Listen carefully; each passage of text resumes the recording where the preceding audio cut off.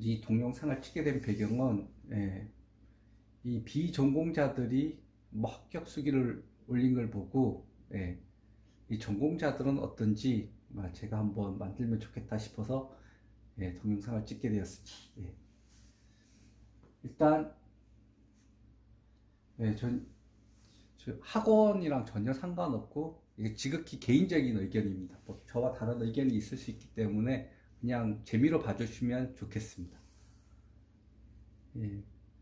먼저 전공자가 바라본 전기기사 자격증을 설명하고 그 다음 2, 3, 4 이런 식으로 설명할 텐데, 혹시 필요 없으시다고 생각하시면 뭐 필요하신 것만 이렇게 넘어가서 이렇게 보시면 될 것 같습니다. 특히 전기기사 전망 요것만 보시고 싶다 그러면 그냥 바로 넘어가셔도 상관없을 것 같습니다. 먼저 차례대로 한번 저는 설명해 보겠습니다. 일단 이 전기기사를 예를 들어서 저희 동기가 100명이 있는데 얼마나 이 시험을 준비했을까 하면, 제가 이 서울에 있는 중간 정도의 수준에서 학점이 중간 정도였습니다. 뭐 거의 정말 중간 정도. 제 기준에서 이렇게 또 설명드리면, 제 동기 중에는 제가 본 동기 중에서 시험 준비를 한 애는 한 두세 명 정도 됐습니다. 전기기사 두세 명 이 정도 됐고, 제가 모르거나 친하지 않은 친구가 뭐 시험 봤을 수도 있기 때문에 한 10명 정도 보겠습니다. 그래도 이 시험 준비한 학생, 그냥 제대로 준비한 학생은 10% 미만입니다. 전공자 제 기준에 봤을 때는 100명 중에 10명이 채 안 됩니다. 그냥 재미로 봤을 수는 있는데 한 10명 이내라고 생각합니다. 그리고 이 전공 공부와 전기기사 시험의 난이도 차이는 어느 정도인지 하면, 예를 들어서 전자기학, 뭐 필기 5과목 중에 전자기학, 회로이론 이런 과목이 있는데, 전자기학 같은 경우에는 전공 학부생들은 1년에 걸쳐서 배웁니다. 중간고사, 기말고사, 중간고사, 기말고사 시험은 4번 치고 쪽지 시험도 보고 이러는데, 그게 한 번 볼 때마다 한 5문제를 가지고 한두 시간 이렇게 풉니다. 근데 전기기사 필기시험은 이 5과목이나 되는 걸 뭐 2시간 이내 뭐 이런 식으로, 그것도 문제 수도 100문제 뭐 이러고 엄청 많기 때문에 그 난이도 차이는 전공 공부와 비교할 수도 없습니다. 전공 공부가 훨씬 더 어렵습니다. 전기기사는 약간 전공 공부와 비교하면 단순 암기 정도라고 할 수도 있을 정도로 굉장히 난이도는 굉장히 쉽습니다. 대신 범위가 넓고 암기해야 될 게 많습니다. 그리고 어려운 문제 같은 경우도 필기시험에서, 전기기사 필기시험에서 어려운 문제 같은 경우는 이 기출문제에서 나왔던 건 풀 수 있지만 나오지 않았던 건 절대 시간 내에 못 풉니다. 그렇기 때문에 전기기사 같은 경우 필기시험 같은 경우는 그냥 필기 실기 모두 기출에서 나왔던 어려운 문제는 풀 수 있어도 이걸 유추해서 풀거나 뭐 이런 정도의 시험은 아닙니다. 뭐 그럴 시간이 없기도 하고 범위도 엄청 넓습니다. 그렇기 때문에 전공자들이 이렇게 전기기사 시험 치면, 전기기사 시험은 쉬운데 그 좀 짜증나는 부분이 있어. 너무 범위가 넓고 외워야 될 게 많아가지고. 그 다음에 전공자는 얼마나 빨리 취득할 수 있을까? 수험기간인데 제 기준으로 봤을 때는 요거는 필기 2개월, 실기 1개월, 3개월이 딱 적당한 것 같습니다. 근데 이게 처음 전공자가 시험 치다 보면 예를 들어서 라플라스 변환이라든지 뭐 이렇게 있는데, 이걸 뭐 원리를 이해하려고 하면 시험 기간이 너무너무 길어집니다. 아예 비전공자 분들은 이런 걸 생각도 안 하는데, 전공자들은 옛날에 배웠던 거기 때문에 뭐 원리나 뭐 이런 걸 한번 유도해 보고 싶다 이런 욕구가 있는데, 이러면 수험 기간이 상당히 길어집니다. 그러니까 기사 시험은 그냥 빨리 취득하고 하기 위해서는 그냥 단순히 예를 들어서 고등학교 때 건의 공식이며 건의 공식을 이용해서 계산하면 되는 거지, 이 건의 공식을 유도할 필요까지는 없습니다. 요거 분명하게 하셔야지 빨리 취득할 수 있을 것 같습니다. 그 다음에 전공자도 예를 들어 전자기기라든지 전력공학이 전기전자제어공학부에서는 선택 과목입니다. 이걸 또 공부하지 않은 학생들은 조금 더 오래 걸릴 수도 있고, 그렇기 때문에 뭐 천차만별이기 때문에 뭐라고 말은 못하는데, 뭐 최소 3개월, 그 다음에 뭐 보통 5, 6개월, 뭐 이 정도는 전공자라고 해도 걸리지 않을까 생각됩니다. 그 다음에 이 자격증에 대해서 간단하게 소개하면, 대학생들이나 뭐 1, 2학년 이런 개념 자체가 없는데, 심지어 요즘 산업기사 기사도 2급, 1급 이렇게 아시는 분들도 있는데, 옛날에는 산업기사가 2급, 기사가 1급 이런 식으로 나눠져 있었는데 요즘에는 이렇게 되어 있습니다. 예, 자격증은 기능사, 산업기사, 기사입니다. 예, 뭐 기능사는 보통 고졸, 산업기사는 전문대졸, 기사는 4년대졸, 뭐 이 정도 생각하시면 될 것 같습니다. 그 다음에 전기기사와 전기공사기사의 가장 큰 차이점은 이 전자기학입니다. 실기도 그렇게 다르지 않습니다. 이 전자기학이 제일 다른데, 이 전자기학은 약간 추상적인 학문이기 때문에 처음에 약간 전자기학을 싫어한다거나 비전공자 분께서는 요것 때문에 전기 응용민 공사재료, 전기공사를 먼저 취득하는 경우도 있고, 전기공사기사가 전기기사보다 뭐 내용은 거의 비슷한데 난이도가 약간 더, 전기기사가 약간 더 어렵다고 생각합니다. 이 합격률이라든지 이런 걸 보면 전기기사 약간 더 어렵습니다. 그래서 뭐 약간 전자기학이 부담스러우면 전기공사기사 먼저 따도 되는데, 근데 최근에는 전기기사는 전기공사 업무를 할 수 있지만 전기공사기사는 뭐 안전 관련무라든지 이런 걸 할 수 없습니다. 그래서 전기기사가 약간 더 광범위합니다, 사용처가. 그렇기 때문에 이게 전기기사가 약간 더 어렵긴 어렵지만, 그렇다고 해서 뭐 이 공사기사 취득하는 분이 전기기사는 충분히 취득할 수 있기 때문에 약간 더 공부해서 이 웬만하면 전기기사를 취득하는 걸 추천드립니다.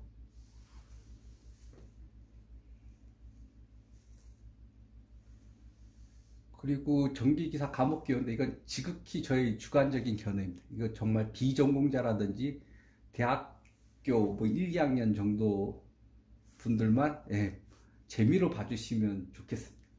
정말 주관적입니다. 일단 먼저 전자기학, 이거는 물리학과 과목인데 물리학과 과목 느낌이 굉장히 강합니다. 아주 추상적이기 때문에 눈에 보이지가 않는 학문이기 때문에 전하라든지 자기력선이라든지 이런 거는 눈에 보이지 않기 때문에 굉장히 헷갈립니다. 전파라든지. 근데 이건 어디까지나 가정하에서 뭐 이런 어떤 가정을 전제로 한 학문이기 때문에 굉장히 추상적입니다. 그래서 요거 아까 전에 말씀드린 것처럼 이 전자기학 때문에 전기공사기사를 치는 사람도 있습니다. 그 다음에 회로 및 제어 이론, 뭐 요건 확실히 전자공학부 느낌이죠. 직렬회로, 병렬회로, 컴퓨터, 엘리베이터, 뭐 논리회로, 뭐 요런 거기 때문에 이건 뭐 전기전자공학부의 가장 기본적인 학문이라고 저는 생각합니다. 요 과목에서 약간 필기시험에서 약간 어려울 수 있는 게, 수학에서는 복소수, 뭐 고등학교 때 배웠을 것 같은데 복소수라든지, 또 공업수학에서 라플라스 변환 이런 게 있는데, 라플라스 변환 같은 경우는 유도하거나 이럴 필요는 전혀 없습니다. 그냥 공식 몇 개 외워서 시험 치기 때문에 그렇게 어렵지 않습니다. 이게 어떻게 보면 뭐 문제 많이 풀어보면 그냥 되기 때문에 유도 같은 거 필요 없습니다. 그 다음에 전기기기. 전기기기의 대표 주자는 모터죠. 모터의 반대말은 발전기. 이게 플레밍의 왼손 법칙, 오른손 법칙이 있는데, 모터는 전기와 자기가 있으면 힘이 발생하고, 발전기는 힘과 자기가 있으면 전기가 발생하는 거죠. 원리는 똑같습니다. 뭐 모터 들어간 건 로봇 간절, 드론, 전기 자동차, 그다음 뭐 단상 모터, 삼상 모터 엄청 많습니다. 그렇기 때문에 이 짧은 시간에 이 모든 걸 다 배우는 건 아니고 그냥 종류 정도 외우기 때문에 반은 안기고 뭐 당연히 플레밍 왼손 오른손 법칙 또 이게 자기력과 전기력 이게 각도가 있기 때문에 뭐 이런 거 계산한 문제도 있는데 어떻게 보면 약간 암기 반인 것 같습니다. 예. 이게 전기기가 굉장히 어려운 학문인데 너무 범위가 광범위하기 때문에 일단 종류 정도 이렇게 종류 외우는 필기 시험에서 그냥 종류 외우는 게 반이라고 생각하시면 됩니다. 예. 뭐 그렇게까지 또 어렵게 시험 문제는 내지 않습니다. 예. 열심히 외우시면 됩니다. 이 학문. 예. 전력공학은 예. 요즘 전기전자제어공학부에서 좀 인기 없는 학문이죠. 발전소에서 전기 만들었으면 보내야 되는데 인기가 없기 때문에 뭐 학부생활 이런 과목 들으면 학점 잘 준다 이러면 또 듣죠. 예, 저도 학점 잘 준다고 해서 들었습니다. 예. 뭐 전봇대 위에 뭐 전선 3가닥, 6가닥, 뭐 3상, 4상, 4선씩 뭐 이런 건데 단상, 3상, 4선. 예, 일단 뭐 일단 발전소에서 저희 집 가정까지 들어오는 그 전선, 그 다음에 뭐 어떻게 보낼까, 델타 결선, 뭐 이런 거, 예, 이런 거 배우는 학문입니다. 그 다음 마지막으로 법규는 뭐 대학생들 이런 거 안 배우기 때문에 뭐 일반이랑 똑같습니다. 그냥 외웁니다. 예를 들어서 고압 전선일 때 전선 간격은, 또 통신선이랑 있으면 또 전선 간격은, 뭐 전철이 있을 때 뭐 또 높이는 어느 정도 해야 되는지 뭐 이런 식으로 그냥 외우는 과목입니다. 그냥 외우면 됩니다. 기출 위주로 외우면 됩니다. 그 다음 실기. 실기는 어떤 거냐면 전기기사는 일단 빌딩 관리, 아파트 관리 한다고 생각하시면 뭐 변압기 용량도 계산해야 되고 차단기 용량도 계산해야 되고 전선 굵기도 계산해야 됩니다. 예. 뭐 전기기사면 당연히 처음에는 설계 도면도 예, 전기기사가 이렇게 그리는 거고, 예, 빌딩 아파트 관리는 뭐 그냥 일반 전기 가장 뭐 이런 분들이 예, 관리하고 계신데 뭐 당연히 이런 거 기초적인 건 다 알고 계셔야 되겠죠. 예. 일단 큰 빌딩이나 아파트에는 220V가 아니라 220V나 380V가 아니라 22,900V가 들어옵니다. 예, 이 전압을 당연히 예, 변압기에서 낮추고 용량에 맞는 차단기도 설치하고 전선 굵기도 거기에 맞게 220V 들어왔는데 전선 엄청 굵은 거 필요 없죠. 예, 전선 굵은 거는 굉장히 비쌉니다. 예, 아무튼 요런 것까지 다 설계 도면에서는 다 이런 걸 다 고려해서 다 계산한 다음에 이렇게 하고, 예, 관리하시는 분들은 주기적으로 이렇게 이런 걸 다 체크해야 되기 때문에 예, 또 기본적으로 다 알고 있어야 돼. 또 전기를 신청해야 되면 전기 용량도 계산해야 되겠죠. 예, 뭐 몇 세대가 있느냐, 평수는 몇 평이냐, 엄청 많습니다 이게. 그리고 전기를 24시간 풀로 생각하는 거나 가동하는 건 아니기 때문에 평균 뭐 부하율이라든지 이런 것이 있는데, 이게 실기의 가장 어려운 거는 주관식입니다. 계산 과정도 엄청 깁니다. 이런 문제 하나 나오면 엄청 길고 점수 배점도 엄청 높습니다. 그래서 실수 한번 하면 그냥 떨어지는 겁니다. 100점 만점에 대략 20점은 거의 포기하는 거고 아주 어려운 문제고, 그 다음에 보통 20점은 그냥 약간 응용, 60점은 기출인데, 약간 응용이 뭐 10몇 점, 20점 이렇게 돼버리면 야, 실수 한두 개 하면 그냥 떨어지는 겁니다.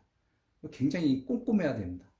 뭐 꼼꼼해야 되겠죠. 아무튼 굉장히 꼼꼼해야 되기 때문에 저도 처음에는 그냥 한 70점 맞은 줄 알았는데 50몇 점으로 떨어졌더라고요. 깜짝 놀랐습니다. 네, 아무튼 뭔가 이렇게 계산하다가 하나 틀린 것 같습니다. 나를 검사한다고 했는데도 하나 틀렸습니다. 근데 뭐 그렇다고 한번 떨어져도 크게 걱정할 필요는 없는 게 1년에 3번 봅니다. 50몇 점이고 그때 또 합격률이 약간 낮았더라고요. 보통 30%도 되는데 10몇 프로 합격률 되더라고요. 아, 재수가 없었구나 생각하고 공부는 안 하고 있다가 시험 치기 1, 2주 전에 그냥 깔짝깔짝 그리고 아, 이번엔 차분히 쳐야지 이렇게 하면서 아무튼 두 번째는 합격했습니다. 예. 크게 한 번 떨어져도 그렇게 예, 걱정할 필요는 없습니다. 예. 그 다음에 뭐 이외의 문제는 뭐 콘덴사 용량, 역률 조절하는 콘덴사 용량 구하는 문제도 있고 뭐 논리 회로 이런 것도 있는데 이런 건 솔직히 굉장히 쉽습니다. 굉장히 뭐 계산관이 그렇게 복잡하지 않기 때문에 이런 건 그냥 기본적으로 맞추시고 이런 거 이렇게 배점 길고 서술형인 거는 이런 문제들은 좀 차분해야 됩니다. 예. 잠시 방심하면 뭔가 하나 틀려 있습니다. 계산까지 워낙 길기 때문에 이 1000세대 다 계산한다고 생각해 보십시오. 뭐 500세대는 몇 평, 500세대는 몇 평, 어떤 세대는 뭐 아무튼 이거 굉장히 계산 과정이 복잡합니다. 어렵지는 않은데 복잡합니다. 실수주의. 예. 예, 그리고 마지막으로 이 전망에 대해서 제일 궁금해 하실 것 같은데 일단 20대 뭐 저도 전공자이기 때문에 학교 다닐 때는 이 전기기사에 대해서 크게 신경 쓰지 않았습니다. 예를 들어서 여기 LG전자라든지 삼성전자 이런 데 가실 분들은 필요 없습니다. 자격증이. 그리고 대부분 전기전자제어공학부 나오면 LG전자 아니면 삼성전자 제일 많이 아니면 계열사라든지 왜냐하면 여기서 제일 많이 뽑거든요. 예, 뭐 우리나라 삼성전자 반도체에서 사람 엄청 많이 뽑기 때문에 전기전자 계통은 LG전자라든지 LG전자 같은 디스플레이도 있고 LG산전도 있고 많죠. 다 대부분 여기 가기 때문에 뭐 여기 조금 어려우면 계열사라든지 뭐 아랫단의 계열사 가기 때문에 전기기사 자격증을 필요하진 않습니다. 뭐 대학원 가실 분이라든지 방사학과서 이런 것도 필요 없고 연구소라든지 이런 데도 필요 없고 뭐 텔레콤 회사, 통신회사도 필요 없고 생각보다 이렇게 전기기사를 많이 이렇게 필요한 곳은 없습니다. 제가 말씀드린 10% 미만에서 뭐 5% 정도에서 뭐 전기 관련 공무원, 한국전력, 건설회사 이런 데 가시는 분들은 뭐 대학생이라도 준비하시면 되고 기본적으로는 이쪽 부분들은 자격증이 없어도 괜찮습니다. 뭐 저 때는 제 동기들 가끔씩 건설회사도 갔는데 뭐 자격증 없이도 잘 가는데 요즘은 좀 모르겠습니다. 한국전력은 자격증이 꼭 요즘 되게 어렵기 때문에 예, 자격증 가산점 이런 건 공무원이라든지 이런 건 좀 중요한데 근데 전기전자 나왔으면 대부분 이쪽 갑니다. 뭐 심지어 저 같은 경우에는 전기전자 제어를 나왔지만 해외 영업을 했기 때문에 뭐 더더욱 전기기사는 필요 없었습니다. 그래서 아무튼 공부는 하지 않았습니다. 저도 학교 다닐 때. 저도 그 다음에 여기 20대는 이렇고 이 전기기사는 오히려 30대 후반부터 이렇게 많이 더 관심이 있는 자격증일 수도 있을 것 같습니다. 일단 나이 드신 분들이 제일 많이 가는 곳은 빌딩이나 아파트 전기과장입니다. 이 전기과장 뭐 아파트도 500세대, 1000세대 이렇게 되면 전기과장이 상주를 해야 되기 때문에 반드시 필요한 자격증입니다.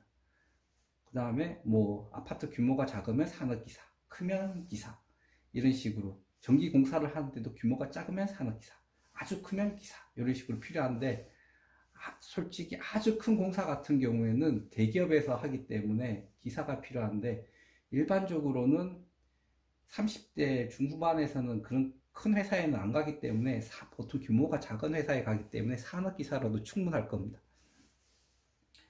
그 다음에 참고로 기능사는 보조인력인데 보조인력이 뭐냐면 예를 들어서 기사가 한 명 있으면 그 밑에 보조인력으로 규모가 어느 정도 되면 보조인력 1인이 필요하다 뭐 이런 식으로 할 수가 있습니다. 그렇기 때문에 처음에 기사가 없는 분들은 예, 기능사라도 있으시면 예, 취업에 유리합니다. 물론 기사보다는 약간 수당이 약간 작습니다. 예. 일단 이쪽으로 제일 무난하게 많이 가는데 약간 노후 대비 자격증 같은 느낌이 있습니다. 그 다음에 이게 저걸 링크를 걸어 놓겠지만 정말 이게 아파트 전기과장 하시는 분들은 뭐 부녀회장과 친해야 된다 이런 말도 있고 네, 뭐 다른 그 분들 수기를 또 참조하시면 좋을 것 같습니다. 그 다음에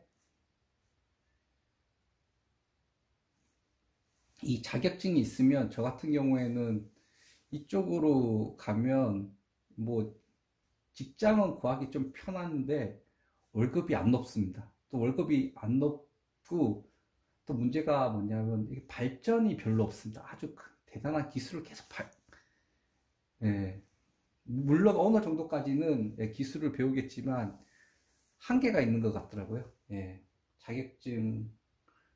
예, 그래서 젊은 사람들은 이쪽에 좀 잘 안 가는 편입니다. 뭐 상교대도 있고 이교대도 있고 뭐 근무는 어떤 사람은 공부하려고 이쪽으로 가는 사람도 있고 또 어떤 사람은 또 힘들다 하는 사람도 있고 근데 제가 이렇게 듣기에는 대체적으로 일은 편하고 시간은 많기 때문에 공부할 시간이 많은 그런 직장은 좀 많은 것 같습니다.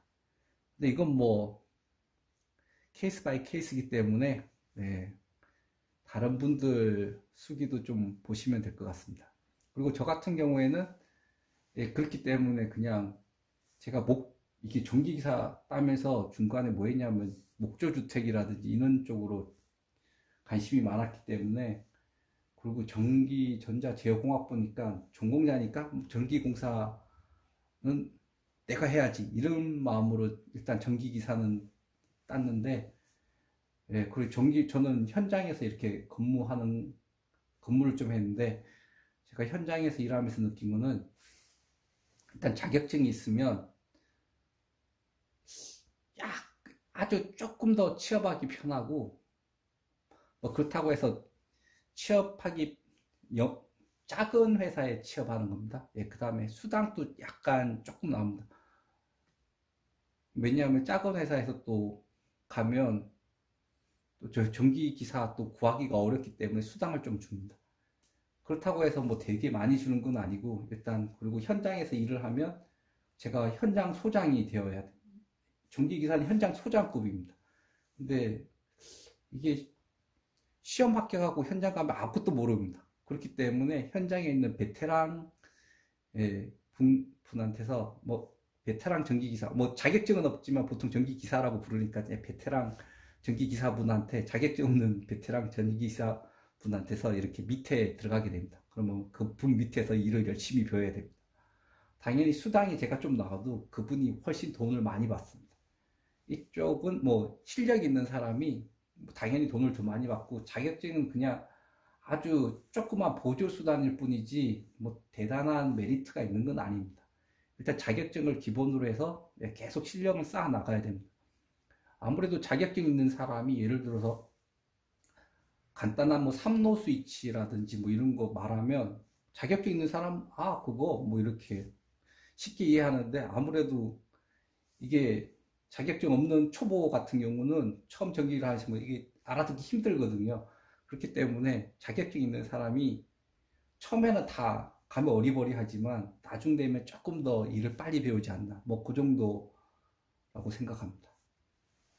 예, 이상입니다. 그리고 예, 마지막에는 제가 보기에 뭐 좀 도움이 될 만한 전기기사 전망이라든지 자격증 후기 그걸 링크를 걸어 놓겠습니다. 예, 감사합니다.